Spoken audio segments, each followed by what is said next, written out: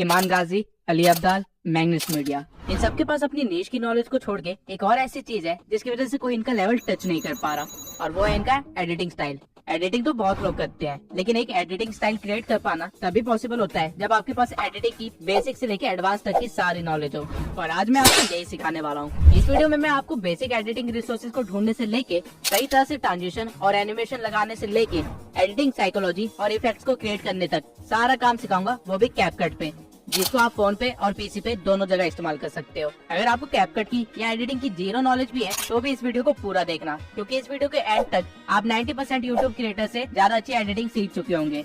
और पूरी वीडियो के दौरान मैं कुछ न कुछ एडिटिंग साइकोलॉजी सिखाता रहूंगा, तो एक सेकंड को भी स्किप मत करना, वरना हो सकता है आप बहुत ही इंपॉर्टेंट इन्फॉर्मेशन मिस कर दो। तो स्टार्ट करते हैं रिसोर्सेज को कलेक्ट करने से, जिसमें सबसे पहले आता है, जब भी आप किसी एडिट के लिए फुटेजेस कलेक्ट कर रहे होते हो तो उनको हमेशा दो फोल्डर्स में डिवाइड कर दीजिएगा, ए रोल एंड बी रोल। अगर आप फेस कैम वीडियोस बनाते हैं तो आपकी सारी फेस कैम वाली वीडियोस ए रोल में आ जाएगी, और अगर आप बिना फेस शो किए अपनी वीडियोस बनाते हैं तो फिर जो भी आपका डाटा होता है या कटआउट्स होते हैं या फिर न्यूज आउटलेट्स होते हैं जो कि मैक्सिमम टाइम एजुकेशन और फैक्ट चैनल पे शो किए जाते हैं, वो आप ए रोल के अंदर रख सकते हैं, और वहीं पे सारी स्टॉक फुटेजेस आपकी बी रोल में आएगी। अगर कल को आप एक प्रोफेशनल वीडियो एडिटर बनते हैं तो आपके क्लाइंट्स भी आपको इसी तरह फाइल्स भेजेंगे, और इससे आपके काम करने की एफिशिएंसी बढ़ेगी, क्योंकि अब आपको चीजें ढूंढनी नहीं पड़ेगी, वो एक ऑर्गेनाइज्ड वे में रखी होगी। लेकिन ऑर्गेनाइजेशन तो बात की बात है, सबसे बड़ी प्रॉब्लम तो ये आती है कि स्टॉक फुटेजेस कहाँ से ले, वो भी कॉपीराइट फ्री, और प्रीमियम स्टॉक फुटेजेस से वाटरमार्क कैसे रिमूव करे। तो इसका सॉल्यूशन देखते हैं। अब मैं आपको पेक्सेल्स या पिक्साबेस से फुटेजेस लेने को नहीं कहूंगा, क्योंकि आपको भी पता है कि इन साइट्स पे ज्यादा अच्छी फुटेजेस नहीं मिलती है। इसकी बजाय आप mixkit.co से वीडियो फुटेजेस ले सकते हैं, वो भी 100% कॉपीराइट फ्री, और यहाँ पे आपको स्टॉक फुटेजेस के साथ साथ बैकग्राउंड म्यूजिक, साउंड इफेक्ट्स और वीडियो टेम्पलेट्स भी मिल जाएंगे। लेकिन अगर आपको मिक्सकिट पे अपनी डिजायर्ड क्लिप नहीं मिलती है तो आप एक दूसरी वेबसाइट पे आ सकते हैं, जिसका नाम है videvo.net। इस वेबसाइट पे आपको मैक्सिमम क्लिप्स फ्री में मिल जाएगी, लेकिन जिन क्लिप्स के नीचे ये ठंडा का साइन है वो प्रीमियम है और उनको आप यूज नहीं कर सकते हैं। अब इन दोनों वेबसाइट्स का आप यूज कर सकते हैं वीडियो क्लिप्स के लिए, लेकिन एक चीज हमेशा ध्यान में रखना कि आप जो भी क्लिप डाउनलोड कर रहे हैं एक बार उसका लाइसेंस जरूर पढ़ लेना। कई क्लिप्स ऐसी होती है जो कि टोटली रॉयल्टी फ्री होती है, जिसको आप यूज भी कर सकते हैं और मोनेटाइज भी कर सकते हैं। वही कुछ क्लिप्स ऐसी होती है जिनको आप यूज तो कर सकते हैं और मोनेटाइज भी कर सकते हैं, लेकिन आपको क्रेडिट देना पड़ता है, क्योंकि अगर आपने क्रेडिट नहीं दिया तो आपके चैनल पे फ्यूचर में कभी कॉपीराइट स्ट्राइक आ सकता है। और इन सब के सिवाय कुछ क्लिप्स ऐसी भी होती है जिनको आप यूज तो कर सकते हैं, लेकिन कमर्शियल यूज के लिए नहीं, यानी कि वो मोनेटाइज नहीं होंगी, उसके लिए आपको उनकी रॉयल्टी खरीदनी पड़ेगी। लेकिन अगर आप इन सब झंझट में नहीं फंसना चाहते हैं तो एक वेबसाइट ऐसी भी है जो कि stock videos, background music, sound effects का खजाना है, और इसे काफी सारे बड़े बड़े क्रिएटर्स भी इस्तेमाल करते हैं। इस वेबसाइट का नाम है स्टोरीब्लॉक्स। इस वेबसाइट पे आपको एक से एक अच्छी खासी वीडियो क्लिप्स मिल जाएगी, और साथ में कई सारे साउंड इफेक्ट्स और बैकग्राउंड म्यूजिक मिलेंगे जो कि काफी डिफरेंट और काफी यूनिक भी है। लेकिन ये वेबसाइट फ्री नहीं है, आपको पर मंथ एटलीस्ट 2000 पे करने पड़ेंगे इसकी सर्विस के लिए। अगर आपके पास इतने पैसे हैं तो I will really suggest you to buy a subscription, लेकिन ऑब्वियसली क्योंकि आप लोग मेरे सब्सक्राइबर्स हैं तो मैं आपकी जेब से इतने ज्यादा पैसे तो नहीं जाने दूंगा, इसलिए मैंने काफी जुगाड़ करने के बाद अपने नेटवर्क में से एक ऐसा बंदा ढूंढा है जो कि आपको 1500 रुपए में 3 मंथ के लिए स्टोरीब्लॉक्स का सब्सक्रिप्शन दिला सकता है। अगर आप अपने बिजनेस के लिए पे कर सकते हैं तो मुझे एक ईमेल करिए विद सब्जेक्ट स्टोरीब्लॉक्स, और पेमेंट के बाद आपको स्टोरीब्लॉक्स का सब्सक्रिप्शन मिल जाएगा। And I request you all कि प्लीज मुझे फ्री के लिए कोई भी ईमेल मत करना, क्योंकि ये चीज मेरे हाथ में नहीं है। जिस बंदे ने मुझे ये ऑफर दिया है उसने साफ मेंशन किया था कि वो इससे कम डिस्काउंट नहीं दे सकता है किसी भी हालत में, वरना मैं आप लोगों को डायरेक्टली एक्सेस दे देता स्टोरीब्लॉक्स का। लेकिन अगर आप पे नहीं कर सकते तो निराश होने वाली कोई भी बात नहीं है, क्योंकि इससे भी बेहतर गिफ्ट है मेरे पास आपके लिए, और वो 100% फ्री है। आई स्टॉक ये भी एक पेड वेबसाइट है जहाँ पे स्टोरीब्लॉक्स से भी बेटर क्लिप्स मिलती है।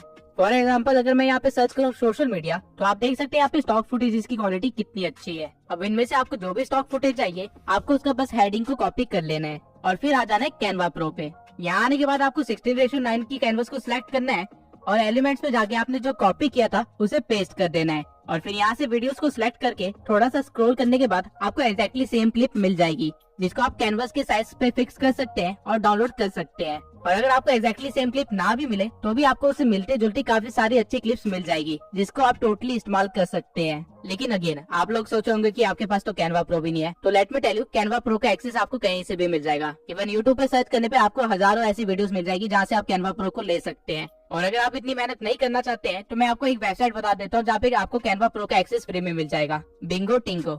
इस वेबसाइट पे आने के बाद आपको हल्का सा स्क्रॉल करना है और यहाँ पे आपको एक टेम्पलेट मिलेगा गेट कैनवा। आपको इस पे क्लिक करना है, जहाँ पे आपको 1 मिनट वेट करना पड़ेगा और फिर आपको कैनवा प्रो मिल जाएगा। अब ये चीज मैं आपको डिटेल में करके नहीं दिखा रहा हूँ क्योंकि यूट्यूब पे इसके लाखों ट्यूटोरियल ऑलरेडी पड़े हुए हैं, तो आपको कैनवा प्रो कहीं से भी मिल जाएगा। बस आपको एक चीज का ध्यान रखना है कि जो भी क्लिप आपने कैनवा से डाउनलोड की होगी उसको 10 सेकंड से ज्यादा इस्तेमाल मत करना और क्लिप के साथ कोई वॉइस ओवर या हल्की सी एडिटिंग होना बहुत जरूरी है। आप ऐसा नहीं कर सकते कि कैनवा से सारे क्लिप्स को डाउनलोड कर ले और एक चैनल बना दे जहाँ पे आप स्टॉक फुटेजेस डालते हो और उसे मोनेटाइज करवा ले। वो चैनल कभी न कभी स्ट्राइक की वजह से टेक डाउन हो जाएगा। कैनवा आपको क्लिप्स तो देता है लेकिन यूज करने के लिए उस पर आपको हल्की सी एडिटिंग तो करनी पड़ेगी। अब चाहे वो वॉइस ओवर के थ्रू या फिर उसके ऊपर कोई ओवरले या टेक्स्ट या कुछ भी हो सकता है, लेकिन प्लेन क्लिप बिल्कुल भी मत डालना। अब बी रोल्स के लिए आपको वीडियो क्लिप तो मिल जाएगी, लेकिन हमारा काम सिर्फ वीडियो क्लिप से नहीं होने वाला है।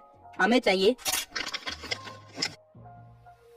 तो इसके लिए आपको आ जाना है एक वेबसाइट पे जिसका नाम है freepik.com। यहाँ पे आपको आइकन्स को सिलेक्ट कर लेना है और लाइसेंस में आप देख सकते हैं कि यहाँ सारे आइकन्स फ्री है और PNG फॉर्मेट में है। यहाँ पे आपको लोगोस के साथ साथ काफी यूजफुल आइकन्स मिल जाएंगे जो कि आप अपनी वीडियो में इस्तेमाल कर सकते हैं। और अगर आप एसेट्स में सिर्फ आइकन को सर्च करें और लाइसेंस में आके फ्री पे क्लिक कर दे तो यहाँ पे आपको कई सारे आइकन पैक्स भी मिल जाएंगे, वो भी टोटली फ्री, जिनको लेटर ऑन आप ग्लोइंग इफेक्ट भी दे सकते हैं और कुछ ऐसा बना सकते हैं। इसके सिवाय अगर आप इमोजीज का यूज करते हैं अपनी वीडियोस में तो वो बोरिंग से येलो इमोजीज इस्तेमाल करने की बजाय आप गूगल पे सर्च कर सकते हैं एनिमेटेड इमोजीज और गिटहब की वेबसाइट पे आने के बाद आपको यहाँ पे मनपसंद इमोजी मिल जाएंगे, वो भी एनिमेटेड फॉर्म में, जो कि एज अ GIF डाउनलोड होगी, वो भी टोटली फ्री। और ये सारी आपकी वीडियो को बोरिंग से काफी ज्यादा एक्साइटिंग बना देगी।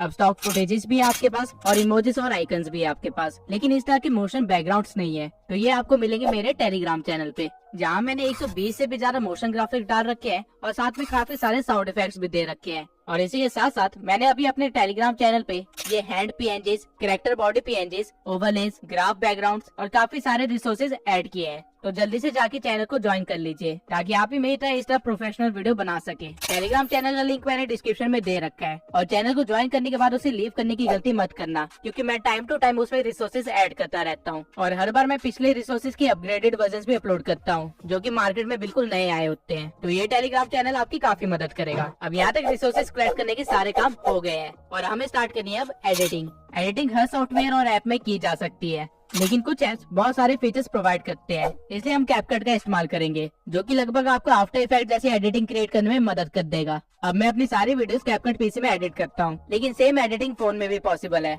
और ऐसा मैं इसलिए कह रहा हूँ क्योंकि स्टार्टिंग की कुछ वीडियोस मैंने एक्चुअली में फोन में ही एडिट की थी और इस ट्यूटोरियल में मैं आपको फोन से ही एडिट करके दिखाऊंगा। एंड इससे पहले कि मैं आपको मेरे जैसे इफेक्ट्स क्रिएट करना सिखाऊं, मैं आपको वो सारे फीचर्स बता दूंगा कैपकट के जो कि एक्चुअली में हम वीडियोस में इस्तेमाल करते हैं, जिसकी वजह से हम एक्चुअल में इफेक्ट क्रिएट कर पाते हैं। और वीडियो के एंड में मैं एक्चुअली में आपको 30 सेकंड की क्लिप एडिट करके दिखाऊंगा जो कि एक इंट्रो टाइप होगी, जिससे आपको एक अच्छा सा आइडिया मिल जाएगा कि मैं किस तरह एडिटिंग करता हूँ। और उस 30 सेकंड की क्लिप में मैं जितने हो सकता है उतने सारे फीचर्स को इस्तेमाल करके दिखाऊंगा ताकि आप कैपकट को भी अच्छे से सीख पाए और साथ में इफेक्ट्स को क्रिएट करना भी अच्छे से सीख पाए। तो शुरू करते हैं। जब भी आप कैपकट ओपन करेंगे आपको एक मेन वीडियो इंपोर्ट करनी पड़ेगी जो कि आएगी आपकी मेन लेयर पे, जिसको आप यहाँ से प्ले कर सकते हैं। याद रखना आपको हमेशा कैपकट का आउटरो डिलीट करना है। उसके बाद अगर आप इस प्लस पे क्लिक करेंगे और किसी और वीडियो या इमेज को इंपोर्ट करेंगे तो वो इसके बिल्कुल बगल में आ जाएगी जो कि एक सीक्वल टाइप बना देगी।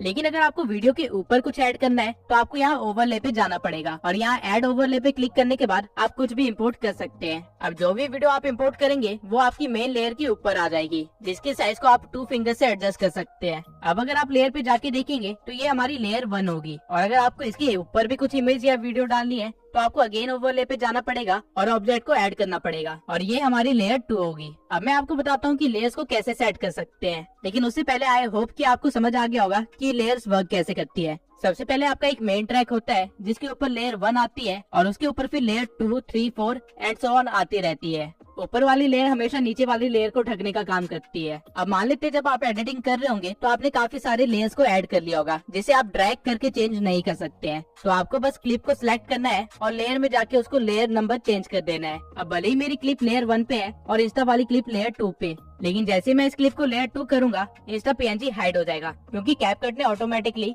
इंस्टा PNG को लेयर 1 बना दिया। अब अगर मुझे इंस्टा PNG वापस लाना है तो बस मैं उसको सिलेक्ट करूंगा और वापस से लेयर 2 बना दूंगा और अब मुझे दोनों चीजें विजिबल होगी। तो इससे आप ये तो समझ ही गए होंगे कि डजंट मैटर आपकी क्लिप टाइमलाइन में कहाँ पे है, आपको बस उसकी लेयर नंबर सही रखने हैं। अब चलते हैं ब्लेंडिंग मोड में। अगर मैं अपने पीएनजी को सिलेक्ट करके उसका ब्लेंड मोड ओवरले करूं तो उस पीएनजी की ओपेसिटी कम हो जाएगी, लेकिन वो जहाँ पे भी होगा उसके नीचे वाली क्लिप की सैचुरेशन बढ़ जाएगी। काइंड ऑफ आप कह सकते हैं कि वो पीएनजी अपनी लाइट पीछे की तरफ डालने लग जाएगी बजाय आगे शो करने के। वहीं डार्कन को सिलेक्ट करने पे मेरा पीएनजी डार्क हो जाएगा, यानी कि उसके ब्राइट एरियाज कम हो जाएंगे। और ठीक इसके अपोजिट में लाइटन करने पे मेरे पीएनजी के डार्क एरियाज भी लाइट अप हो जाएंगे। हार्ड को सिलेक्ट करने पे मेरे पीएनजी की कलर्स थोड़े ज्यादा कॉन्ट्रास्टिंग हो जाएंगे और सॉफ्ट को सिलेक्ट करने पे मेरे कलर्स थोड़े से फेड हो जाएंगे। बर्न सिलेक्ट करने पे आपको एक बर्न इफेक्ट मिल जाएगा और अगर आप डॉज को सिलेक्ट करते हैं तो उसका पर्पस होगा कि आपके पीएनजी को शो करना। डजंट मैटर वो किस तरह के बैकग्राउंड में है, वो कलर को चेंज करता रहेगा आपके बैकग्राउंड और पीएनजी के अकॉर्डिंग और ट्राई करेगा कि आपका पीएनजी जितना विजिबल हो सके उतना दिखाई दे। अब अगर आप कभी गलत ब्लेंड मोड यूज करेंगे तो आपके साथ कुछ ऐसा होगा, इसलिए ब्लेंड मोड और लेयर्स की नॉलेज होना बहुत ही जरूरी है। लेकिन ब्लेंड मोड को आप किस तरह इस्तेमाल कर सकते हैं? आपने एक बहुत ही कॉमन क्लिप देखी होगी जहाँ एक कंफ्यूजिंग बैकग्राउंड के साथ बहुत सारे क्वेश्चन मार्क्स आगे की तरफ आ रहे होते हैं। तो एक्चुअली में ये ब्लेंड मोड से ही क्रिएट किया जाता है। आपको बस अपने बैकग्राउंड को इंपोर्ट कर लेना है और फिर ओवरले में जाके क्वेश्चन मार्क वाले क्लिप को ऐड कर लेना है और ब्लेंड मोड में जाके उसकी ब्लेंडिंग मोड चेंज कर देनी है। आप अलग अलग ब्लेंड मोड लगा के देख सकते हैं कि ये किसके साथ परफेक्टली बैठ रहा है। जैसे कि यहाँ पे ओवरले ऐड करने पे इफेक्ट तो अच्छा मिल रहा है, लेकिन मेरे बैकग्राउंड भी डार्क हो रहा है जो कि मुझे नहीं चाहिए। वही फिल्टर में ऐसा कुछ भी नहीं हो रहा है। लाइटन मोड में क्लिप कुछ ज्यादा ही लाइट हो गई है, जिसकी वजह से काफी क्वेश्चन मार्क्स गायब हो गए हैं। और ठीक इसी तरह आप अलग अलग ब्लेंड मोड का इस्तेमाल करके देख सकते हैं। अब सारे ब्लेंड मोड्स ट्राई करने के बाद मुझे फिल्टर बेस्ट लगा इस क्लिप के लिए। आप इस स्लाइडर से इसकी ओपेसिटी भी कम ज्यादा कर सकते हैं और हमारी वीडियो कुछ ऐसी बन जाएगी। अब क्योंकि इस क्लिप की स्पीड थोड़ी सी कम है तो मैं इसे फास्ट कर दूंगा। अब अगर मैं आपको सेम चीज किसी और क्लिप के साथ करके दिखाऊंगा तो आपको काफी ज्यादा डिफरेंस दिखेगा। फॉर एग्जाम्पल, इस क्लिप का बैकग्राउंड ब्लैक है और क्वेश्चन मार्क्स थोड़े व्हाइट में है, तो जब मैं इस पे डार्कन ब्लेंड मोड इस्तेमाल करूंगा मेरी मेन क्लिप अब क्वेश्चन मार्क्स के अंदर दिखाई दे रही है और इससे आप काफी अमेजिंग इफेक्ट क्रिएट कर सकते हैं अगर आपके पास सही क्लिप्स हुई तो। मैं आपको प्रेफर करूंगा कि हर क्लिप के साथ सारे ब्लेंड मोड्स एक बार ट्राई जरूर कीजिए, क्योंकि कई बार अनएक्सपेक्टेडली आप कुछ यूनिक भी क्रिएट कर लेते हैं। अब इस क्लिप पे मुझे लाइटन और डॉज पे काफी अच्छे विजुअल्स मिल रहे हैं, तो इनमें से मैं किसी एक को चूज कर लूंगा और हमारी क्लिप कुछ ऐसी बन जाएगी।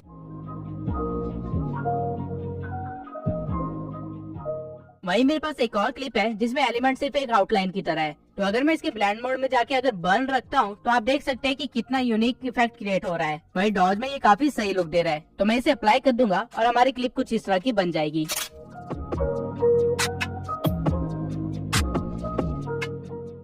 तो बिल्कुल ठीक इसी तरह आप लेयर्स और ब्लेंड मोड का इस्तेमाल करके काफी सारे अलग अलग चीजें क्रिएट कर सकते हैं। और अगर आपको ये चीज सही से यूज करनी आ गई तो आप काफी सारे सिनेमैटिक इफेक्ट्स भी क्रिएट कर सकते हैं, वो भी सिर्फ ब्लेंड मोड से।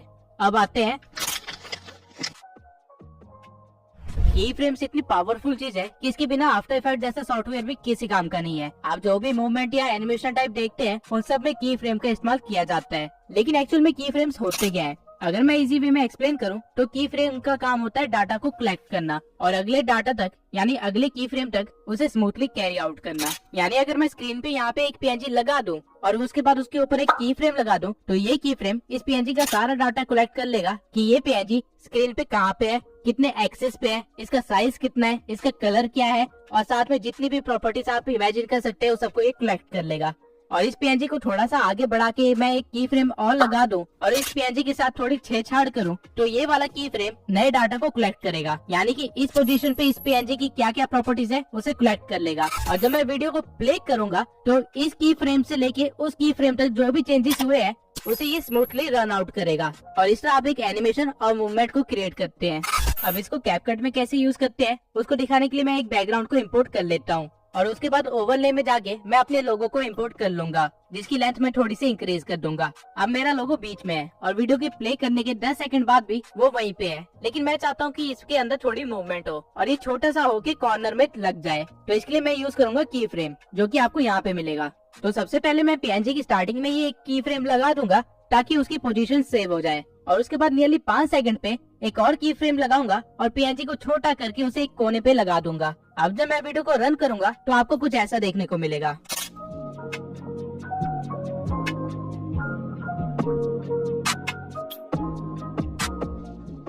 अब आपने नोटिस किया कि 5 सेकंड के बाद मेरा पीएनजी वहीं पे रुका रह गया, क्योंकि उसके लिए अब वो की फ्रेम ही ओरिजिनल वैल्यू थी।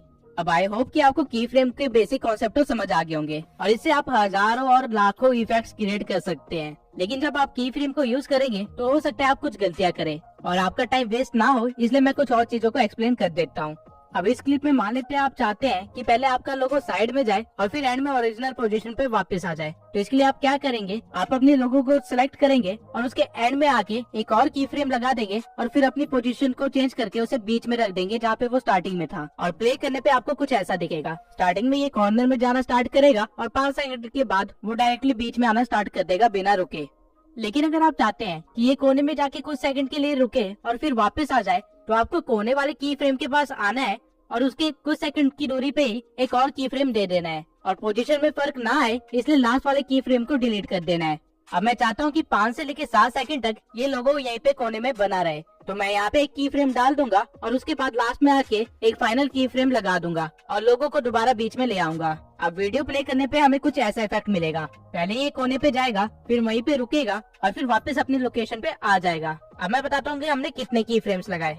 सबसे पहला की फ्रेम हमने अपनी ओरिजिनल लोकेशन को सेव करने के लिए लगाया था। उसके बाद यहाँ पे हमने दूसरा की फ्रेम लगाया जिससे हमारा लोगो कोने में पहुँच गया। तीसरा की फ्रेम हमने कुछ सेकंड्स के बाद लगाया, लेकिन हमने लोगो की प्रॉपर्टीज को चेंज नहीं किया, तो अगर बैक एंड में कोई ट्रांजेक्शन हुई भी है तो वो विजुअली हमें नहीं दिखाई देगी। लेकिन की फ्रेम लगाने पे उसने डाटा कलेक्ट जरूर किया। और फिर लास्ट में आके मैंने एक और की फ्रेम दिया जहाँ पे मैंने लोगों को उसको ओरिजिनल पोजीशन पे ले आया। अब आई होप आपकी की फ्रेम के सारे बेसिक्स क्लियर हो गए होंगे। अब की फ्रेम से एक छोटा सा एनिमेशन मैं आपको अभी के अभी बना के दिखाता हूँ। तो स्टार्टिंग में मैं अपने लोगों को ऊपर भेज दूंगा और एक की फ्रेम लगा दूंगा। उसके बाद 2 सेकंड की करीब मैं एक दूसरा की फ्रेम लगाऊंगा और अपने लोगों को बीच में ले आऊंगा। अगर आपने किसी पीएनजी या क्लिप पे एक बार की फ्रेम लगा दिया है तो दूसरी बार आपको की फ्रेम लगाने की जरूरत नहीं है। जब भी आप उसकी पोजीशन या प्रॉपर्टीज को चेंज करेंगे तो की फ्रेम अपने आप ही लग जाएगा। अब इस वीडियो में थोड़ा सा और आगे बढ़ने के बाद मैं एक और ओवरले को ऐड करूंगा और उसे भी ऊपर भेज दूंगा और थोड़ा सा आगे बढ़ने के बाद उसे भी बीच में ले आऊंगा। अब जब स्टेप ग्रो का लोगो बीच में है तो मैं चाहता हूँ कि मेरा लोगो साइड में चला जाए। तो जैसे स्टेप ग्रो का लोगो बीच में आया है, मैं अपने लोगो को सिलेक्ट करूंगा और की फ्रेम लगा के अपने लोगो को एक साइड में रख दूंगा। अब इसे क्या एनिमेशन बनेगी ये देख लेते हैं। अब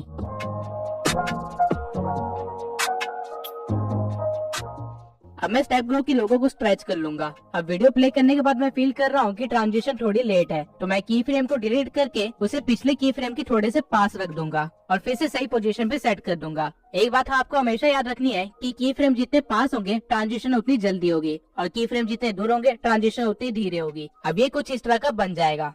अब जो मैंने अपने लोगों के साथ किया है वही मैं स्टेप ग्रो के लोगों के साथ भी करूंगा और एक डिकोडिंग वाईटी का लोगो ऐड कर लूंगा सेम एनिमेशन के साथ। तो इसे मैं थोड़ा सा फास्ट फॉरवर्ड कर देता हूँ। अब आपकी फाइनल ट्रांजिशन कुछ ऐसी दिखेगी।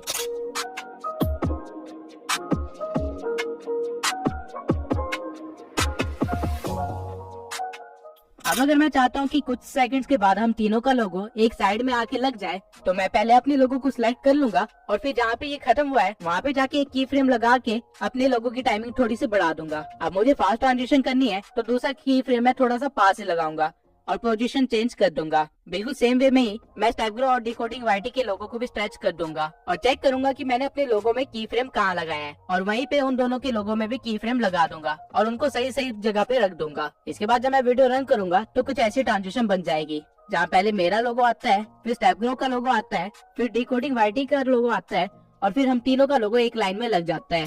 अब ठीक इसी तरह आप की फ्रेम का सही तरीके से इस्तेमाल करके इवन 3D इफेक्ट्स भी बना सकते हैं, जैसा कि आपने मेरी वीडियोस में देखा होगा। और ये एग्जैक्टली करते कैसे हैं ये वीडियो के लास्ट में मैं आपको करके दिखाने वाला हूँ। लेकिन उससे पहले अगर आपको अपनी की फ्रेम्स के बीच की ट्रांजिशन को थोड़ा और स्मूथ करना है तो आपको अपनी की फ्रेम को सिलेक्ट करना है और यहाँ पे ग्राफ वाले ऑप्शन पे आ जाना है और यहाँ पे आपको काफी सारे ग्राफ्स मिल जाएंगे जो कि एक्चुअल में मूवमेंट्स की स्पीड को शो कर रहे हैं। तो आपको इन एनिमेशन के लिए इजी इन 3 को चूज कर लेना है और आउट एनिमेशन के लिए इजी आउट 3 को और फाइनल एनिमेशन कुछ ऐसा हो जाएगा।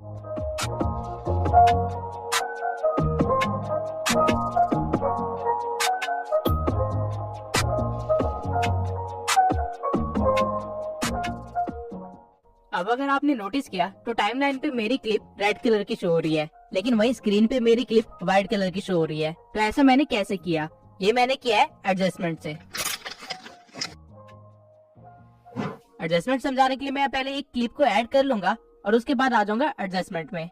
यहाँ पे सबसे पहले आपको मिलता है ब्राइटनेस, जो कि आपकी क्लिप की ब्राइटनेस को बढ़ा देता है और फिर है यहाँ पे कॉन्ट्रास्ट, जो कि कलर्स के कॉन्ट्रास्ट को इंक्रीज कर देता है ताकि सारे कलर्स विजिबल हो। उसके बाद है सैचुरेशन, जो कि कलर्स की वैल्यू को इंक्रीज कर देता है, जिससे सारे कलर्स थोड़े ज्यादा ब्राइट और विजिबल होने लगते हैं। इसको कम करने पे आपकी क्लिप ब्लैक एंड व्हाइट भी हो सकती है। फिर आता है एक्सपोजर।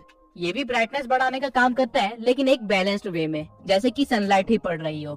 फिर आता है शार्पन, जहाँ से आप अपनी डिटेल्स को हाईलाइट करवा सकते हैं, जैसे कि बाल्स हो गए या फिर पत्ते हो गए। उसके बाद आता है HSL, जो कि रियल गेम चेंजर है। यहाँ से आप स्पेसिफिकली किसी भी कलर को चेंज कर सकते हैं या उसे हाईलाइट करवा सकते हैं। फॉर एग्जाम्पल, इस क्लिप में येलो बहुत ज्यादा है, तो अगर मैं उसे सिलेक्ट करके उसका ह्यू चेंज कर देता हूँ और ग्रीन की साइड ड्रैग करता हूँ, तो हमारे क्लिप के अंदर जितने भी येलो पार्ट्स थे वो ग्रीन में कन्वर्ट हो जाएंगे। और इसकी सैचुरेशन बढ़ाने पे ग्रीन कलर और भी ज्यादा शो होने लग जाएगा, और लुमिनेंस बढ़ाने से ग्रीन कलर में थोड़ी सी लाइट आएगी, यानी वो थोड़ा सा ब्राइट होने लग जाएगा। ठीक इसी तरह आप हर कलर के साथ यहाँ पे खेल सकते हैं। डार्क ब्लू को चेंज करने पे लड़की के कपड़े चेंज हो रहे हैं, और जो कलर्स क्लिप में विजिबल नहीं हो रहे हैं उनके इफेक्ट्स भी आपको विजिबल नहीं होंगे। लेकिन हर क्लिप में हर तरह के कलर्स होते हैं, इसलिए सिर्फ उन्हीं कलर्स को चूज कीजिए जिनको आप चेंज करना चाहते हैं। बाकी कलर्स के साथ छेड़छाड़ मत करना, और ध्यान रहे कि कभी भी ऑरेंज को ज्यादा चेंज मत करना, क्योंकि आपकी स्किन का कलर भी ऑरेंज ही होता है, तो उसको चेंज करने पे आपकी स्किन का कलर भी चेंज होगा। अब HSL के साइड में आपको मिलता है ग्राफ, जहाँ आप RGB कलर्स की क्वालिटी के साथ कुछ ज्यादा ही कस्टमाइज वे में छेड़छाड़ कर सकते हैं। और अगर आप व्हाइट ग्राफ को छेड़ेंगे तो आपकी क्लिप की लाइट्स पे फर्क पड़ेगा। अब RGB हमारे प्राइमरी कलर्स होते हैं, जो कि हर क्लिप में अवेलेबल होते हैं, इसलिए यहाँ पे उनके ग्राफ दिए गए हैं। उसके बाद है हमारे पास यहाँ पे हाईलाइट्स, जो कि क्लिप्स के अंदर लाइट वाले एरियाज को अफेक्ट करते हैं। इसको आप बढ़ा भी सकते हैं और कम भी कर सकते हैं। वही साइड में आपको मिलेंगे शेडोज,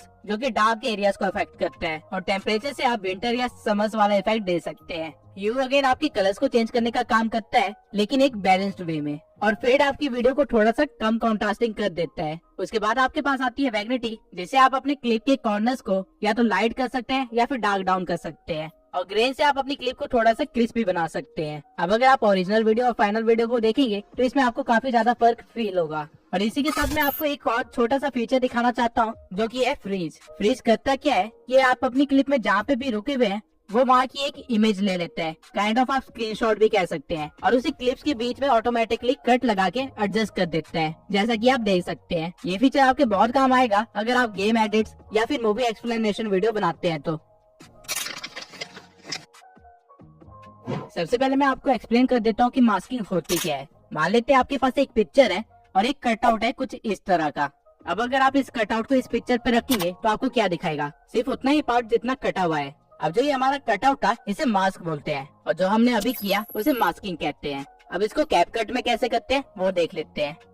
सबसे पहले हम एक बैकग्राउंड ले लेंगे और फिर जाएंगे मास्क में। यहाँ आपको तरह तरह के मास्क मिल जाएंगे, और जिस भी मास्क को आप चूज करेंगे उसका कटआउट आपके पास आ जाएगा। अब मैं स्टार को जहाँ मर्जी घुमाऊं, स्टार के नीचे का एरिया यानी कि हमारा बैकग्राउंड हमें विजिबल होगा। और अगर आप नीचे इस एरो को हल्का सा खींचेंगे तो इसका फेदर इंक्रीज हो जाएगा, यानी आपके स्टार्स के कॉर्नर्स थोड़े फेड होने लग जाएंगे और थोड़े से एक्सपेंड होंगे, जिससे आपको कुछ ऐसा मिलेगा। सेम वे में आप अलग अलग मास्क को यूज कर सकते हैं, और आप अपने मास्क के साइज को भी चेंज कर सकते हैं। और यही अगर आप मिरर या सर्कल के मास्क के फेदर्स को हल्का सा इंक्रीज करेंगे तो आपको काफी सारे अच्छे इफेक्ट्स मिल जाएंगे।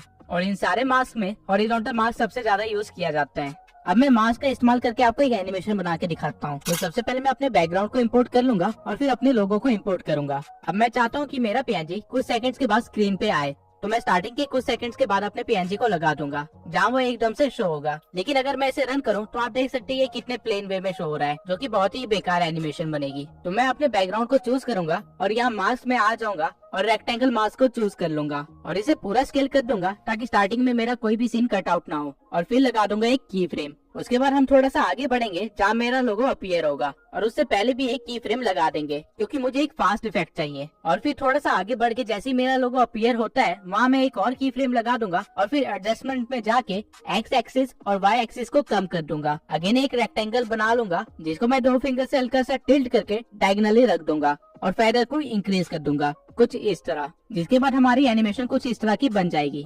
पहले नॉर्मली एक बैकग्राउंड चलता है, फिर एक फास्ट इफेक्ट के साथ मेरा लोगो अपीयर होगा। इसी तरह आप मास्किंग से काफी सारे यूनिक चीजें क्रिएट कर सकते हैं। फॉर एग्जाम्पल ये सारे इफेक्ट्स मास्किंग से बने हैं, और वीडियो के एंड में मैं आपको मास्किंग से एक बहुत ही प्रोफेशनल इफेक्ट क्रिएट करके दिखाऊंगा। अब मास्किंग के बाद जो एलिमेंट आप सबसे ज्यादा अपनी वीडियोस में यूज करेंगे और जिसके बिना वीडियोस भी अधूरी होती है वो है कैपकट में आपको टेक्स्ट का बॉक्स यहाँ पे मिलेगा। यहाँ पे आप क्लिक करने के बाद कुछ भी लिख सकते हैं। फॉर एग्जाम्पल मैं यहाँ पे अपने चैनल का नाम लिख देता हूँ। जिसके बाद आपको यहाँ पे काफी सारे स्टाइल्स दिख जाएंगे जो कि आप अपने टेक्स्ट को दे सकते हैं। अब एक स्टाइल जो आपने सबसे ज्यादा रील्स में देखा होगा वो है ये, लेकिन इसको अच्छा दिखाने के लिए हमें चाहिए होगा एक बोल्ड फॉन्ट, जो कि हम यहाँ से चूज कर सकते हैं और फिर अपने अकॉर्डिंग टेक्स्ट के साइज वगैरह को एडजस्ट कर सकते हैं। अगर आप टेक्स्ट के इफेक्ट्स पे आएंगे तो आपको यहाँ पे और भी कई सारे इफेक्ट्स दिख जाएंगे जो कि आप अपने टेक्स्ट पे अप्लाई कर सकते हैं। और वही स्टाइल सेक्शन में आपको ग्लो का एक सेक्शन मिलेगा जिसको अप्लाई करके आप अपने टेक्स्ट को थोड़ा सा ग्लो करवा सकते हैं। इवन आप ग्लो का कलर भी चूज कर सकते हैं और उसकी इंटेंसिटी को भी एडजस्ट कर सकते हैं। अब कुछ और इफेक्ट्स दिखाने के लिए मैं एक और टेक्स्ट को ऐड कर लेता हूँ। अब अगर मैं इसका ग्लो हटा के स्ट्रोक लगा दूं तो ये कुछ ऐसा दिखेगा। स्ट्रोक बेसिकली आउटलाइनिंग होती है जिसको आप यहाँ से मोटा पतला भी कर सकते हैं। और वहीं कैनवस में आप टेक्स्ट को बैकग्राउंड भी दे सकते हैं। शेडो में आपके टेक्स्ट को आपके मन चाहे कलर का एक शेडो मिल जाएगा जिसकी आप ओपेसिटी, ब्लर, डिस्टेंस और एंगल को भी छेड़छाड़ कर सकते हैं। और उसी की साइड में आपको मिलेंगी स्पेसिंग, जिसमें आप अपने टेक्स्ट की अलाइनमेंट को, टेक्स्ट के बीच की स्पेस को और लाइंस के बीच की स्पेस को एडजस्ट कर सकते हैं। और स्पेसिंग की साइड में आपको मिलेगा बोल्ड, इटैलिक और अंडरलाइन का फीचर। अब मैं एक बार इफेक्ट्स में जाके इस टेक्स्ट को एक इफेक्ट दे दूंगा और फिर जाऊंगा एनिमेशन में। यहाँ पे आपको अपने टेक्स्ट के लिए काफी सारी एनिमेशन मिल जाएगी। इन एनिमेशन को बेसिकली 3 कैटेगरी में डिवाइड किया गया है, इन, आउट और लूप। इन एनिमेशन से आप अपने टेक्स्ट को किस तरह लाना चाहते हैं उसको कंट्रोल कर सकते हैं। आउट एनिमेशन से आप अपने टेक्स्ट को किस तरह वापस भेजना चाहते हैं उस चीज को डिसाइड कर सकते हैं। और लूप एनिमेशन में आपको काफी सारे इफेक्ट्स वगैरह मिलते हैं। और इवन इस स्लाइडर से आप एनिमेशन के ड्यूरेशन को भी डिसाइड कर सकते हैं। वहीं अगर एनिमेशन की साइड में मैं यहाँ बबल पे चला जाऊँ तो आपका टेक्स्ट एक बबल में आ जाएगा। ये रोस्टिंग चैनल्स और एनिमे चैनल्स के लिए काफी यूजफुल होगा। अब कौन सा टेक्स्ट कहाँ पे यूज करना है, कैसे यूज करना है, किस एनिमेशन के साथ यूज करना है, ये टोटली आपके ऊपर है। कैपकट आपको काफी सारे प्रीसेट ऑलरेडी बना के दे रहा है इस चीज के लिए। अब मैं कैपकट का एक ऐसा फीचर बताने वाला हूँ जो कि अगर ना होता तो उस चीज को करने में आपको घंटों लग जाते और तब भी आप उसे परफेक्टली नहीं कर पाते। अब ये इफेक्ट शो करने के लिए मैं पहले एक प्लेन बैकग्राउंड को इंपोर्ट कर लूंगा और उसके बाद साइज इंक्रीज कर दूंगा। इसके बाद ओवरले से मैं अपनी क्लिप को ऐड करूंगा और इसे प्ले करके दिखाऊंगा। आप इस वीडियो में देख सकते हैं कि बच्चों की मूवमेंट है, तो मैं जाऊंगा कटआउट के ऑप्शन पे और रिमूव बैकग्राउंड पे क्लिक कर दूंगा, जिसके बाद ये वीडियो के बैकग्राउंड को रिमूव करना स्टार्ट कर देगा। और ये सिर्फ कुछ सेकंड्स ही लेगा इस काम को करने के लिए, जिसके बाद आपके पास कुछ ऐसा बचेगा। लेकिन आप नोटिस कर सकते हैं कि कैपकट ने इस बच्चे की कैप को अच्छे से कवर नहीं किया है। तो आप क्या कर सकते हैं कि आप कस्टमाइज कटआउट पे आ सकते हैं और यहाँ से अपने ब्रश को चूज करने के बाद उसके साइज को हल्का सा छोटा करके उस कैप एरिया को कवर कर सकते हैं। जितना भी एरिया रेड में है वो सारा एरिया कवर्ड है। अब अगर आप एक डिटेल वर्कर हैं तो ये चीज थोड़ी बारीकी से करना। जब आपकी ब्रश का काम हो जाएगा तो इसके बाद वो अगेन कुछ सेकंड्स लेगा और एकदम मस्त आउटकम आपको देगा। और प्ले करने के बाद आपको कुछ ऐसा दिखेगा। इस बार आप देख सकते हैं कि बच्चे की कैप काफी अच्छे से कवर की गई है। अब इस इफेक्ट को तो आप बी रोल की क्लिप्स के साथ इस्तेमाल कर सकते हैं, लेकिन अगर आपके पास खुद की कोई रिकॉर्डिंग है जो कि आपने ग्रीन स्क्रीन या ब्लू स्क्रीन के सामने की है तो उसको कैसे रिमूव करें, उसके लिए हम जाएंगे क्रोमा की पे। और इवन क्रोमा की से आप एक ट्रांजिशन भी बना सकते हैं। कैसे, आइए देखते हैं। सबसे पहले आपको एक क्लिप को लेयर 1 पे रख देना है और उसके बाद अपनी ग्रीन स्क्रीन वाली क्लिप को लेयर 2 पे रखना है और उसको स्क्रीन के साइज के अकॉर्डिंग फिट कर देना है। फिर आपको आना है कटआउट पे और यहाँ से क्रोमा की को चूज करना है और फिर ग्रीन कलर को पिकअप करके आपको इंटेंसिटी को इंक्रीज करना है, जिससे ग्रीन कलर रिमूव होना स्टार्ट हो जाएगा। और शेडो से आप अपने ग्रीन स्क्रीन के पास वाले एलिमेंट्स को बचा सकते हैं। अब आप देख सकते हैं कि जो क्लिप हमने लेयर 1 पे रखी थी वो हमें शो हो रही है टीवी के पीछे। अब आप चाहे तो लेयर 1 की क्लिप की साइज के साथ खेल सकते हैं और उसे परफेक्टली फिट बैठवा सकते हैं और रन करने पे ये काफी अच्छा इफेक्ट बन गया है। अब इससे आप ट्रांजिशन कैसे बना सकते हैं वो देखते हैं। पहले आपको अपनी ग्रीन स्क्रीन को चूज कर लेना है और फिर की फ्रेम देना है। उसके बाद थोड़ा सा आगे बढ़ के आपको एक और की फ्रेम देना है और ग्रीन स्क्रीन के साइज को इतना बड़ा कर लेना है कि वो आपके पूरे कैनवस को कवर कर ले। और फिर आपको सेम काम लेयर 1 वाली क्लिप के साथ करना है। सही सही जगह पे की फ्रेम देके आपको इसके साइज को भी बढ़ा देना है, जिसके बाद अगर आप वीडियो को प्ले करेंगे तो आपको कुछ ऐसा जूम इन वाला ट्रांजिशन मिलेगा।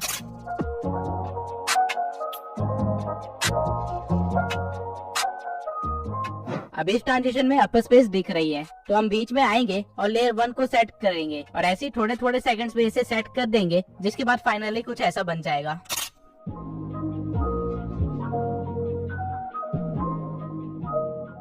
अब कैपकट के जितने भी बेसिक फीचर्स थे जो कि इफेक्ट्स क्रिएट करने में काम आते हैं, उनके बेसिक्स और इन्फॉर्मेशन मैंने आपको दे दी है। अब हम कुछ ऐसे इफेक्ट्स क्रिएट करेंगे जो कि आपने मेरी वीडियोस में बहुत ज्यादा देखा होगा और साथ ही में मैं आपको अपनी वीडियो का कुछ हिस्सा बना के दिखाऊंगा एज अ सैंपल। आपने इस तरह की काफी रील्स देखी होंगी जहाँ डांस टाइप्स या म्यूजिक बीट के साथ कैमरा भी हिलता है, लेकिन ये क्रिएट कैसे करते हैं आइए देखते हैं। सबसे पहले मैं एक बैकग्राउंड क्लिप को ऐड कर लूंगा जहाँ पे एक बंदा ब्रेक डांस कर रहा है। अब आप देख सकते हैं कि कैमरा की मूवमेंट बहुत ही कम है और हमारे डांसर की मूवमेंट काफी ज्यादा। तो इसे रील जैसे बनाने के लिए हम जाएंगे कैमरा ट्रैकिंग पे और यहाँ पे फेस को चूज करके हम स्टार्ट ट्रैकिंग पे क्लिक कर देंगे। जिसके बाद कैपकट ये ट्राई करेगा कि हर टाइम वो बंदे के फेस को स्क्रीन के बीच में रखे और इस चीज के लिए वो हमारे कैमरा को बार बार शिफ्ट करेगा और स्केलिंग वगैरह के साथ भी थोड़ा छेड़छाड़ करेगा। आप बैकग्राउंड में देख सकते हैं कि आपकी क्लिप के साथ क्या हो रहा है। ये कुछ सेकंड्स का टाइम लेगा और आपको एंड में रिजल्ट कुछ ऐसा देगा। अब आप देख सकते हैं कि उसने बैकग्राउंड को कितना ज्यादा हिलाया है और क्योंकि मेरा ब्लर कैनवस ऑन है इसलिए बैकग्राउंड ब्लैक नहीं दिख रहा है, लेकिन ऐसे तो हमारी वीडियो खराब हो जाएगी। तो इसे बचाने के लिए आप क्या कर सकते हैं कि आप फिट कैनवस को ऑन कर सकते हैं, जिससे आपकी क्लिप थोड़ी सी क्रॉप तो हो जाएगी लेकिन काम हो जाएगा। अब एक चीज आपको हमेशा ध्यान में रखना है, अगर आप ऐसी कोई वीडियो शूट कर रहे हैं तो आपको हमेशा उसे वाइड एंगल में शूट करना है, ताकि अगर वीडियो को बाद में क्रॉप करना भी पड़े तो भी आपकी मूवमेंट छुपे ना। अब आप देख सकते हैं कि हमारी कैमरा की मूवमेंट कितनी ज्यादा हो गई है और वो हमारे कैरेक्टर की मूवमेंट से भी मैच हो रही है। अब इसे थोड़ा सा और प्रोफेशनल बनाने के लिए हम जाएंगे इफेक्ट्स में और वीडियो इफेक्ट्स में जाके वाइब्रेशन फ्लैश को चूज कर लेंगे और इसकी स्पीड और ग्लो को थोड़ा सा बढ़ा देंगे, रेंज को थोड़ा सा कम कर देंगे और इसी वीडियो की स्टार्टिंग में लाके पूरी वीडियो पे स्ट्रेच कर देंगे और हमारे पास कुछ ऐसा क्रिएट हो जाएगा।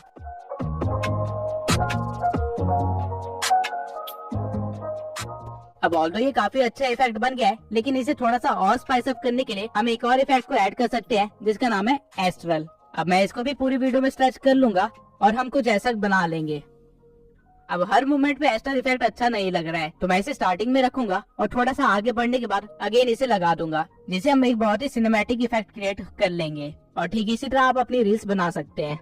अब कैपकट इफेक्ट्स, एनिमेशन और ट्रांजिशन से भरा हुआ है और इसी वजह से ये ऐप इतना फेमस भी है। और अगर आप इन चीजों को सही तरीके से इस्तेमाल करते हैं तो आप आफ्टर इफेक्ट जैसी एडिटिंग सिर्फ कैपकट से कर सकते हैं, लेकिन एक ही वीडियो में ये सारी चीजें बताना इम्पॉसिबल है। इसलिए मैं चाहता हूँ कि आप लोग अभी जाके मुझे इंस्टा पे फॉलो कर ले, क्योंकि मैं बहुत ही जल्दी इंस्टा पे एडिटिंग ट्यूटोरियल्स देने वाला हूँ, जहाँ मैं आपको सारे फेमस इफेक्ट्स क्रिएट करना सिखाऊंगा और साथ ही काफी सारे हिडन इफेक्ट्स के बारे में भी बताऊंगा, जिससे आप अपनी वीडियोस को काफी ज्यादा सिनेमैटिक बना सकते हैं। इस वीडियो के अपलोड होने के 5 से 6 दिन बाद मैं इंस्टा पे एक्टिव हो जाऊंगा। अब रील्स तो आप लोग बना लेंगे, लेकिन मेरे जैसे इस इफेक्ट को कैसे क्रिएट करेंगे, चलिए एक बार इसे भी देख लेते हैं।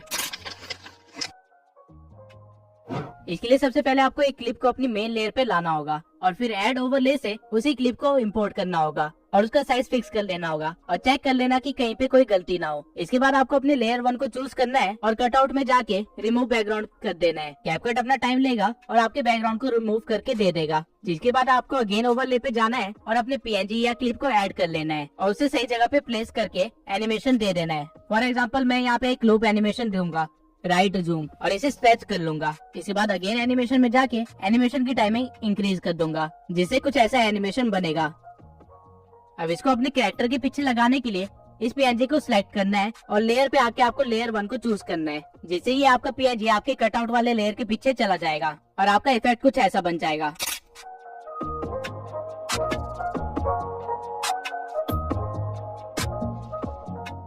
अब ऑल्दो ये काफी अच्छा इफेक्ट बन गया है, लेकिन इसमें थोड़ा सा और वीडियो इफेक्ट देके इसे हम और इंटरेस्टिंग बना सकते हैं। आपको इफेक्ट्स में आके एज ग्लो को चूज कर लेना है और ऑब्जेक्ट में जाके अपने पीएनजी वाले ओवरले पे डाल देना है और इसे स्क्रैच कर देना है। अब अगर हमारा पीएनजी ग्लो कर रहा है तो हमारा बैकग्राउंड थोड़ा सा डार्क होना चाहिए, तभी एक अच्छा कॉन्ट्रास्ट बन पाएगा।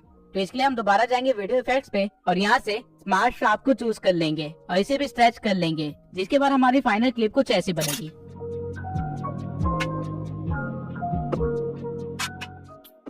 अब ये इफेक्ट तो आप लोग सीख गए और इसे आप अपनी वीडियो में कई बार यूज भी करेंगे, लेकिन ये वाला इफेक्ट मैंने कैसे बनाया इसके बारे में आप अभी भी डाउट में होंगे, तो आइए इसे भी डिकोड कर लेते हैं। सबसे पहले आपको एक बैकग्राउंड को ऐड कर लेना है, जो कि एक मोशन बैकग्राउंड भी हो सकता है। उसके बाद आपको टेक्स्ट पे आके एक टेक्स्ट को ऐड कर लेना है, फॉर एग्जाम्पल सब्सक्राइब मी, और स्टाइल में जाके आप पहले से एक फॉन्ट दे सकते हैं और उसके बाद इसके स्टाइल को चूज कर सकते हैं और इसे थोड़ा सा अच्छा बनाने के लिए इसे ग्लो भी दे सकते हैं। और फिर हम टेक्स्ट के साइज को थोड़ा सा बड़ा कर देंगे और फिर इस पे अप्लाई कर देंगे ये, जिससे आपका टेक्स्ट अपने आप वीडियो के एंड तक बना रहेगा। अब आपको इस वीडियो को कर लेना है एक्सपोर्ट और फिर वापस कैपकट पे आके वही बैकग्राउंड ले आना है और फिर ओवरले में आकर अपनी एक्सपोर्टेड वीडियो को ऐड कर लेना है और इसके साइज को सेट कर लेना है। जिसके बाद आपको जाना है मास्क में और यहाँ आके आपको सर्कल मास्क चूज कर लेना है और उसे फिर स्टार्टिंग में प्लेस करके आप एक की फ्रेम लगा सकते हैं। उसके बाद आप जहाँ भी चाहे उसकी लोकेशन को सेट कर सकते हैं और बार बार की फ्रेम लगा सकते हैं। फॉर एग्जाम्पल यहाँ पे मैं एक सीधी लाइन में बार बार इसे रोकूंगा और की फ्रेम लगा दूंगा और लास्ट की फ्रेम में मैं इसका साइज पूरा बढ़ा दूंगा ताकि हमारा टेक्स्ट पूरा विजिबल हो जाए। अब आप देख सकते हैं कि आपने कुछ ऐसा क्रिएट कर लिया है, लेकिन यहाँ पे एक चीज की कमी है और वो है एक PNG। तो हम दोबारा ओवरले में जाएंगे और एक मैग्नीफाइंग ग्लास का PNG डाउनलोड कर लेंगे। अब लेयर 1 में जहाँ मैंने मास्क के की फ्रेम्स लगाए थे एग्जैक्टली सेम जगह पे मैं अपने PNG पे भी की फ्रेम्स लगा दूंगा ताकि हमारा मास्क और हमारा PNG एक साथ मूव करे। और लास्ट की फ्रेम में मैं अपने PNG को नीचे गायब कर दूंगा, जिससे हमारी वीडियो कुछ ऐसी बन जाएगी।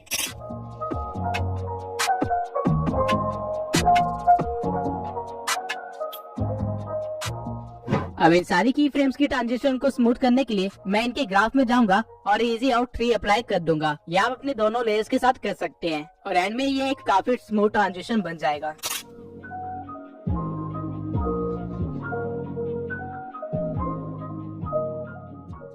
अब मैं एक बार आपको सारे इफेक्ट्स वगैरह यूज करके एक छोटा सा इंट्रो टाइप बना के दिखाता हूँ, जिससे आपको अच्छा सा आइडिया हो जाएगा कि किस तरह एडिटिंग की जाती है। तो सबसे पहले आपको एक बैकग्राउंड को ऐड कर लेना है और उसके रेशियो को 16:9 कर देना है ताकि यूट्यूब पे सही फॉर्मेट में अपलोड कर सके। उसके बाद आपको बैकग्राउंड को थोड़ा सा स्ट्रेच करना है और उसको स्क्रीन पे सही जगह सेट कर देना है। इसके बाद में एडजस्ट में जाके हल्का सा कॉन्ट्रास्ट इंक्रीज कर देना है, ब्राइटनेस कम कर देनी है और एक्सपोजर को पूरा कम कर देना है और शार्पनेस को थोड़ा सा बढ़ा सकते हैं और ग्राफ में हल्की सी डार्कनेस को बढ़ा सकते हैं। इसके बाद हम ऐड करेंगे ओवरले ईमान गाजी का और इस ओवरले के ड्यूरेशन को थोड़ा सा बढ़ा देंगे। फिर करेंगे हम इसकी एनिमेशन की फ्रेम से। सबसे पहले स्टार्टिंग में मैं एक की फ्रेम लगाऊंगा और इसे हाइड कर दूंगा। फिर थोड़ा सा आगे बढ़ के इस ओवरले को नीचे लाएंगे और की फ्रेम लगा देंगे। उसके बाद थोड़ी देर इसे बीच में ही रहने देंगे और फिर आगे बढ़ के दोबारा से की फ्रेम लगाएंगे और फिर आगे बढ़ के इसे साइड में कर देंगे। अब ओवरले की जरूरत मुझे पूरे 30 सेकंड पड़ेगी, तो मैं इसे स्ट्रेच करके बढ़ा दूंगा। अब जहाँ हमने पिछले की फ्रेम दिए थे वहीं से हमें ग्राफ में जाना है और इजी आउट 3 को चूज कर लेना है, तो आपकी एनिमेशन कुछ इस तरह की बन जाएगी। अब इसको साइड में मैंने क्यों भेजा वो अभी देखते हैं। जिसकी फ्रेम पे ये साइड में जाना स्टार्ट करता है वहाँ मैं एक और ओवरले ऐड कर लूंगा अली अब्दाल का। इसे भी थोड़ा सा स्ट्रेच कर लेंगे और बिल्कुल सेम एनिमेशन देंगे ईमान गाजी वाला और फिर हमारी एनिमेशन कुछ इस तरह की बन जाएगी।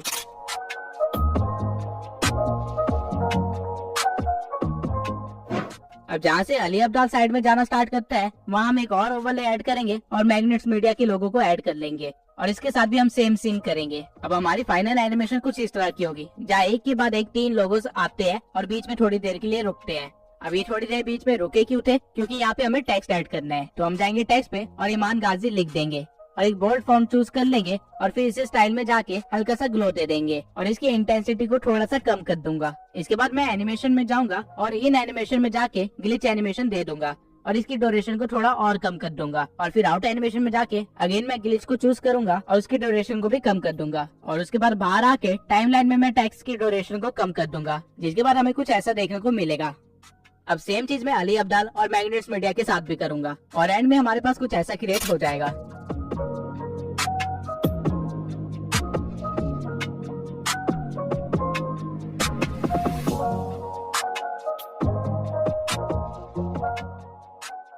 अब टेक्स्ट के बाद जब हमारा लोगो पीछे को जा रहा है यहाँ पे मैं एक इफेक्ट दूंगा ब्लर का और एडजस्टमेंट से ब्लर को थोड़ा इंक्रीज कर दूंगा। फिर इफेक्ट को सिलेक्ट करके जाऊंगा ऑब्जेक्ट में और यहाँ ओवरले पे अप्लाई कर दूंगा, जिससे ऐसा लगेगा कि हमारा ओवरले पीछे जा रहा है। सेम काम मैं अली अब्दाल के ओवरले के साथ भी करूंगा और इन इफेक्ट्स को अलग अलग ट्रैक पे रख के पूरा स्ट्रेच कर दूंगा ताकि ये वीडियो के एंड तक ऐसे ब्लर ही रहे, जिसके बाद ट्रांजिशन कुछ ऐसी बनेगी।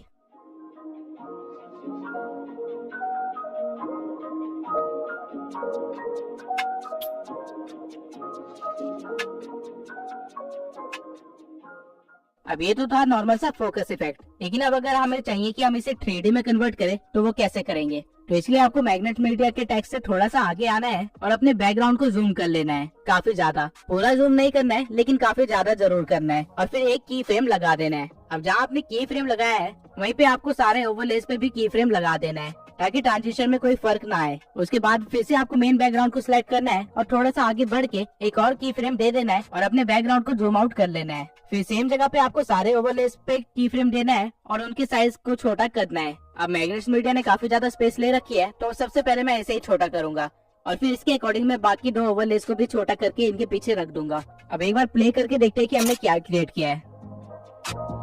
अब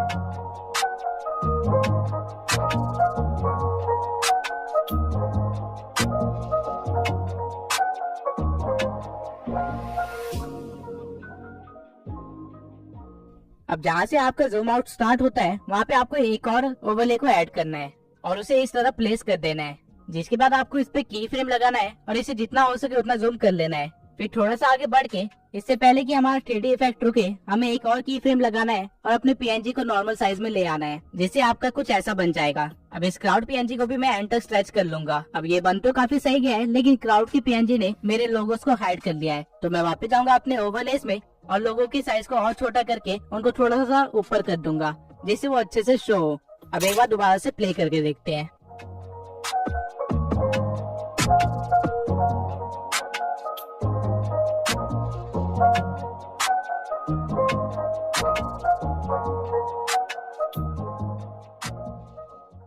अब इफेक्ट तो काफी अच्छा बन गया है, लेकिन इनकी ट्रांजिशन को स्मूथ करने के लिए मैं हर जगह इजी आउट 3 लगा दूंगा।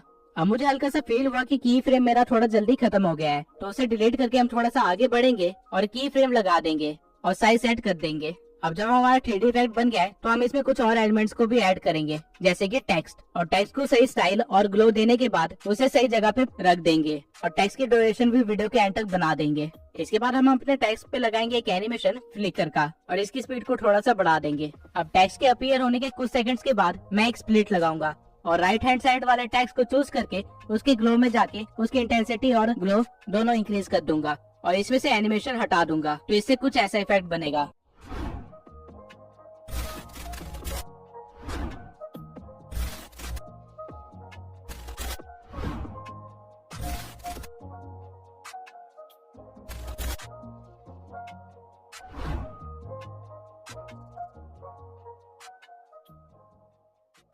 अब इसको थोड़ा और अच्छा करने के लिए आप अपने क्राउड वाले पीएनजी को चूज कर सकते हैं और एडजस्ट में जाके उसकी सैचुरेशन -50 कर सकते हैं और फिर जब टेक्स्ट का फ्लिकर बंद हो तो वहाँ पे एक स्प्लिट लगा सकते हैं और सैचुरेशन को दोबारा से बढ़ा सकते हैं, जिससे कुछ ऐसा बन जाएगा।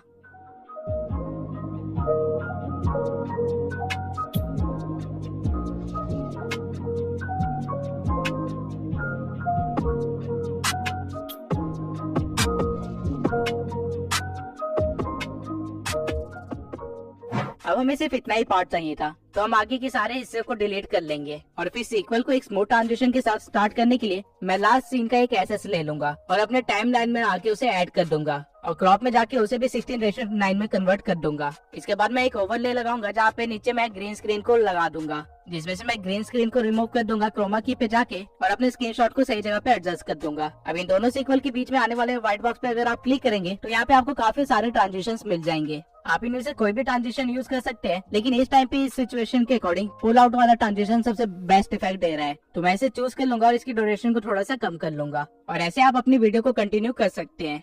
अब मैं एक बार दोबारा से वीडियो की स्टार्टिंग में आऊंगा और इफेक्ट्स में जाके स्पार्क में फायर प्लेस वाला इफेक्ट दे दूंगा और थोड़ी एडजस्टमेंट के बाद इसे पूरी वीडियो में स्ट्रेच कर दूंगा और ऑब्जेक्ट्स में जाके ऑल वीडियो को सिलेक्ट कर लूंगा और एंड में हम कुछ ऐसा क्रिएट कर लेंगे।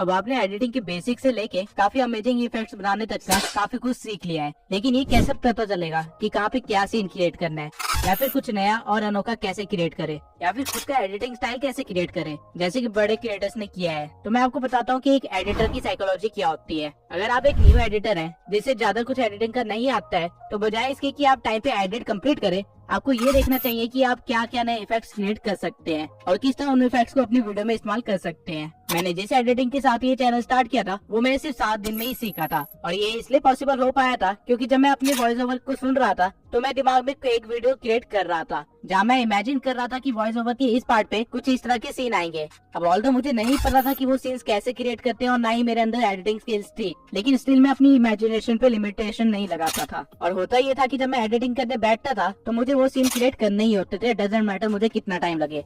कई बार मैंने 2 सेकंड के सीन के लिए 2-2 घंटे भी निकाले हैं। जब मैं एडिटिंग करने बैठता था तो मैं उन सीन्स को कैसे क्रिएट कर सकते हैं और जिस सॉफ्टवेयर पे मैं एडिट कर रहा हूँ उस पे कैसे क्रिएट कर सकते हैं, इसके कई सारे ट्यूटोरियल्स देखता था, जिसकी वजह से मैं वो इफेक्ट्स क्रिएट कर पाता था। और इसी तरह मैंने 7 दिन के अंदर इतनी अच्छी एडिटिंग सीख ली थी। और इवन 7 दिन के बाद जब मैंने अपनी पहली वीडियो अपलोड करी और उसके बाद जब मैंने 3 वीडियो एडिट कर ली थी और मेरी एडिटिंग स्टाइल में जितना फर्क है वो आप खुद जाके देख सकते हैं। सेम चीज मैं आज तक फॉलो करता हूँ और इसलिए मेरी एडिटिंग इतनी इंप्रूव होती जा रही है टाइम के साथ। और अगर आप भी एक अच्छा एडिटर बनना चाहते हैं तो मैं अभी आपको प्रेफर करूंगा कि आप इसी चीज को फॉलो करें। आपका मेन फोकस हमेशा इफेक्ट क्रिएट करने में होना चाहिए। टाइम डजंट मैटर, क्योंकि एक बार आपने इफेक्ट क्रिएट कर लिया तो उसको आप कई बार अलग अलग वे में इस्तेमाल कर सकते हैं। ये सारी चीजें टोटली आपकी इमेजिनेशन पे है। लेकिन अब आप कहेंगे कि हम तो इमेजिन भी नहीं कर पाते किस टाइम पे क्या सीन लाएं, तो इसके लिए मैं आपको एक ही चीज सजेस्ट करूंगा कि आप थोड़ा और कंटेंट कंज्यूम करना स्टार्ट करें। आप अपनी निश में काफी सारे चैनल्स को देखें और साथ में अलग निश के चैनल्स को भी देखें कि वो किस तरह एडिट करते हैं। जब आप अच्छा खासा कंटेंट कंज्यूम करेंगे तो आपका दिमाग अपने आप काम करना स्टार्ट कर देगा कि इस टाइम पे मेरे को कुछ ऐसा सीन चाहिए होगा और फिर आपको बस उसको क्रिएट करना होगा। और अगर आप कोई चीज इमेजिन कर सकते हैं तो उसे क्रिएट भी कर सकते हैं। अपनी इमेजिनेशन पे गलती से भी लिमिटेशन मत लगाना, ये सोच के कि मुझे नहीं आता क्रिएट करना या फिर मेरे पास तो ये सॉफ्टवेयर ही नहीं है। आपको बस इतना देखना है कि आप वो चीज सोच सकते हैं या नहीं,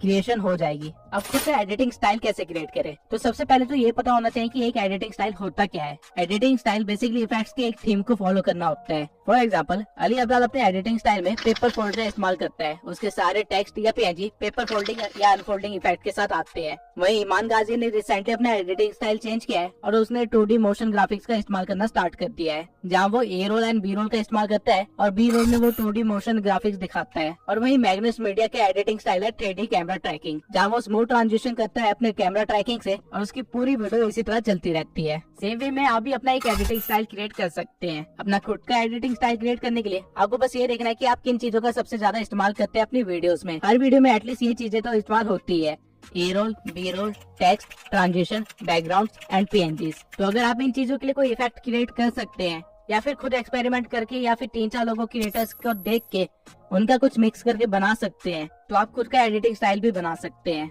अब ये एक काफी लंबा प्रोसीजर है और मुझे भी 15 से ज्यादा वीडियोस लगी अपने एडिटिंग स्टाइल को चेंज करने में, और अभी भी मैं अपने एडिटिंग स्टाइल को क्रिएट करने में लगा हुआ हूँ। तो इसमें आपको जल्दबाजी करने की कोई जरूरत नहीं है, क्योंकि एडिटिंग एक लर्निंग प्रोसेस है। आप कभी भी एडिटिंग को ये नहीं कह सकते कि मैंने पूरी एडिटिंग सीख ली है, क्योंकि जब भी आपको लगेगा आपको सब कुछ आता है, आपको और कई सारे इफेक्ट्स, ट्रांजिशन और सॉफ्टवेयर वगैरह मिल जाएंगे जो कि आपको इस्तेमाल करने नहीं आते होंगे। अब आई होप ये वीडियो देखने के बाद आप एक नूब एडिटर से प्रो एडिटर तो बन ही गए होंगे। और मैंने ट्राई किया है कि मैं जितना ज्यादा हो सके उतने सारी चीजें कवर कर सकूं, लेकिन एक वीडियो में हर चीज कवर नहीं की जा सकती है। और अगर आपको लग रहा है मैंने अपने एडिटिंग स्टाइल को ज्यादा डिकोड नहीं किया है, तो आप थ्राइव ट्यूबर के चैनल को देख सकते हैं। उन्होंने मेरे एडिटिंग स्टाइल पे काफी सारी वीडियोस बनाई है और वो काफी यूजफुल भी है। तो अब आ जाते हैं वीडियो के सबसे अवेटेड पार्ट के लिए, जो की है गिव अवे। तो पिछले गिव अवे का विनर जिसने हमारे से एक बोया माइक जीता है वो है सिंपल ग्रो 1। तो मैं सिंपल ग्रो 1 से रिक्वेस्ट करूंगा कि वो मुझे इंस्टा पे अपना एड्रेस भेज दे ताकि मैं उनको माइक डिलीवर कर सकूं। और इस वीडियो के गिव अवे में मैं आपको देने वाला हूं ब्लूटूथ ईयरबड्स। गिव अवे में पार्टिसिपेट करने के लिए आपको बस चैनल को सब्सक्राइब करना है और एक अच्छा सा कमेंट लिख के छोड़ देना है। विनर अगली वीडियो में अनाउंस होगा। आई होप ये वीडियो आपके लिए काफी यूजफुल रही होगी, और अगर एक्चुअल में ये आपके लिए यूजफुल थी तो मैं आपके रिव्यूज जरूर जानना चाहूंगा। मिलते हैं अगली वीडियो में।